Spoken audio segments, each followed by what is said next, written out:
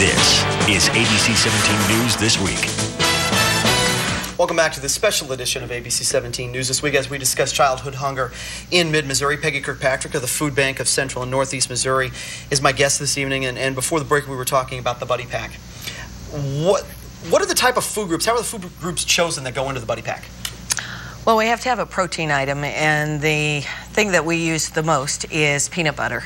That's why it is so expensive. But we also put in anything that's shelf stable, such as beef jerky or Slim Jims or canned meats of some kind. We have grain products, which would be granola bars or individual bowls of cereal, that type of thing. The third item would be a shelf-stable beverage. We tried soy milk. I don't know if you like it, Ryan, but a lot of kids do not, so we do fruit juice. And then the fourth item is a shelf-stable fruit. And fruit of choice is predominantly applesauce or maybe diced peaches. Well, we talked to a nutritionist about not only what goes into the Buddy Packs, but also the effects of nutrition on children who might be going hungry. Buddy Packs can help a child get through a weekend, but for those who can't receive assistance, the effects of a few hungry nights can stick around even after the school year ends. Ellen Schuster is a nutrition specialist at the University of Missouri. She tells us hunger can follow a child well into adulthood.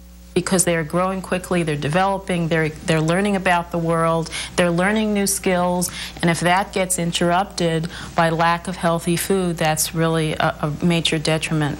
Paula goes to the food bank for help, not only for her, but for her 10-year-old son. She says she knows how hunger can affect a young child, but says at times she has to choose between buying food or paying bills. I'm a single mom, and even when I was first starting working, I didn't have, it still was like scraping by. Paula's son Riley looks forward to Fridays. He tells us he's proud to carry a Buddy Pack and helps hand them out to other students in need.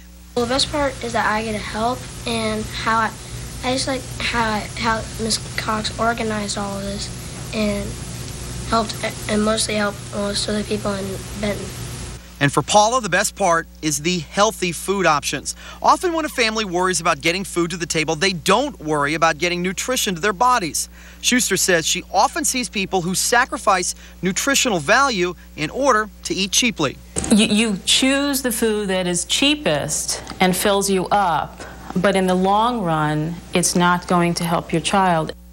Malnutrition can lead to behavioral problems, health problems, and developmental disabilities. That's why Paul and Riley say they're thankful. Now they're also signing up to volunteer. A lot of good people that just have that little gap between what they can afford and what they can't, you know, and it's been like that for me.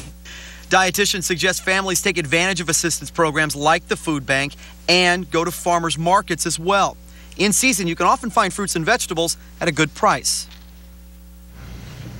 We mentioned earlier 54,000 children qualify in the 32 counties of the food that the food bank serves, but only 6,500 are being served right now. It's about 11%. Why so small of a number? It's very simple. It's food supply and funds. Again, it's a program that we're growing as quickly as we can, Ryan. Just in 1 year, we increased from 3,200 children to 6,500 children a week. We could be in all the schools tomorrow if we had the funds.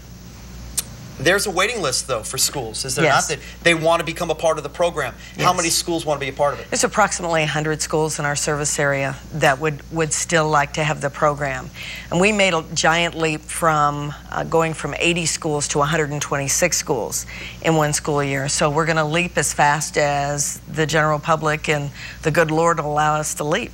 Unfortunately, most waiting lists, the only way to get on is if people get off the waiting list. Nobody's getting off of this list. So the only way to increase the people that are allowed, the schools are allowed, and the children that are allowed to participate is if more funds become available. That's correct.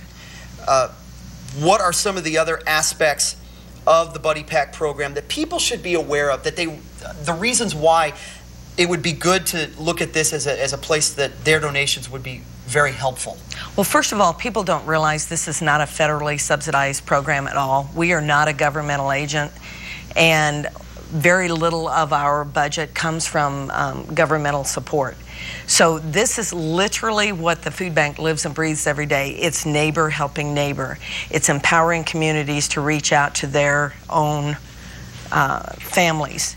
It's just as much a crisis as what's happening in Joplin. It's a quiet crisis that's happening in Central and well, it's not just Central and Northeast, it's Missouri. And it's an investment. Imagine again, Ryan, if it was your child that you couldn't feed. You would want somebody to help you feed that child. And what we have also found out is that this program, they don't stay on the program forever. This is a maybe 3, 4, 5-year program. This is not for all their life, and yet it's an investment of helping to grow a healthy child that hopefully can break the poverty cycle. If we can feed them, they can stay in school. If they can stay in school, they can learn. If they can learn, they can get out of poverty. Can people volunteer their time as opposed to maybe volunteering their money? Absolutely. We operate a program called Buddy Banks, where we have volunteers come in, and I think there was a segment that showed that. We are trying to get Buddy Banks started throughout our 32 counties, so people can get involved in that respect. People can be involved in doing food drives. For instance, one of our best food drives is Spread the Word, which is a peanut butter drive.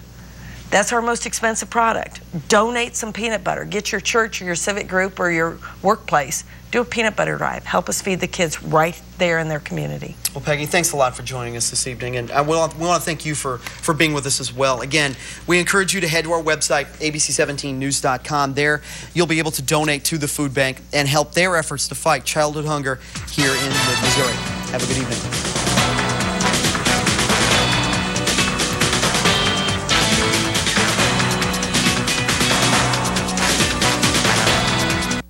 Do you